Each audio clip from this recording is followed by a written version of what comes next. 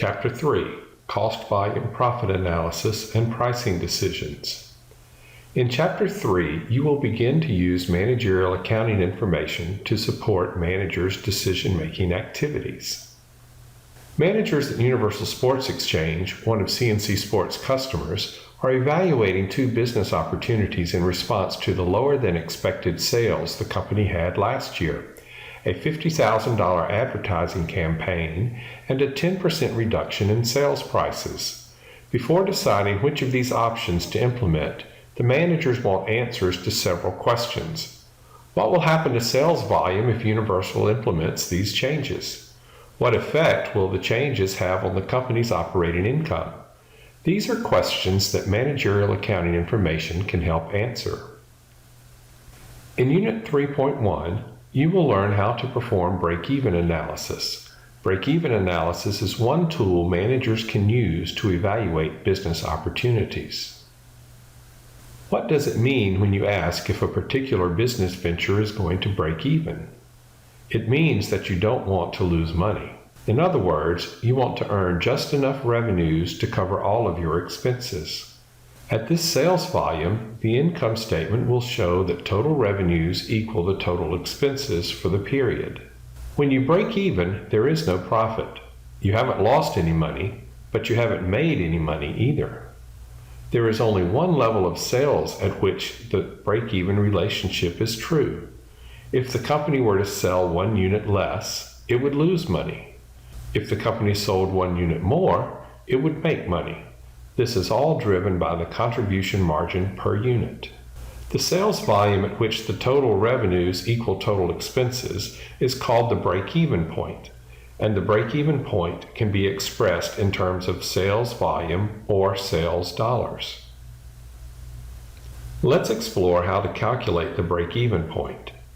Think about the contribution format of the income statement and the profit equation that is embedded in the income statement. As you recall, sales revenue minus variable expenses minus fixed expenses equals operating income. How might we use this equation to calculate the break-even point? If we know the sales price per unit, the variable cost per unit, and total fixed expenses, we can fill in those values and set the profit equation equal to 0. Solving for the number of units will give us the break-even point in terms of sales volume. Recall that the selling price minus the variable cost per unit equals the contribution margin per unit. So we could start by using the contribution margin times the number of units sold minus the total fixed expenses and setting the equation equal to 0. Why do we set the equation equal to 0? That's because the definition of the break-even point is the sales volume at which operating profit equals 0. Let's explore calculating the break-even point for Universal Sports Exchange. Here is the contribution format income statement for the latest period.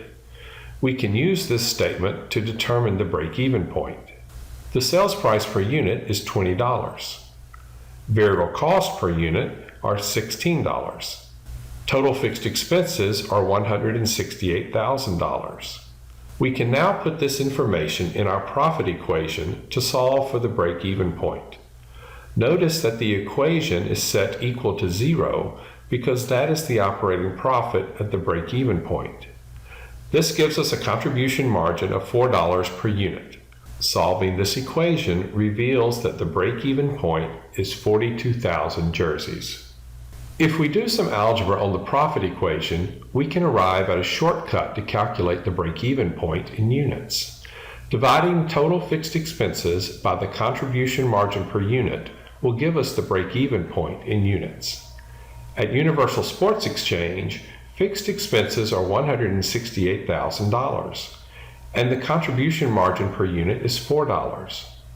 Using these amounts in the shortcut formula yields the same break-even point we calculated earlier, 42,000 jerseys. This shortcut works because the contribution margin per unit is the amount that each unit sold contributes to covering fixed expenses. And to break even, we have to generate enough contribution margin to equal the fixed expenses. Another break-even point that is sometimes used is the break-even point in sales dollars. To calculate this break-even point, divide total fixed expenses by the contribution margin ratio. For Universal Sports Exchange, the contribution margin ratio is 20%. So dividing $168,000 in fixed expenses by a 20% contribution margin ratio yields a break-even point in sales dollars of $840,000. Of course, we could also get this break-even point by multiplying the 42,000 break-even jerseys by the $20 sales price.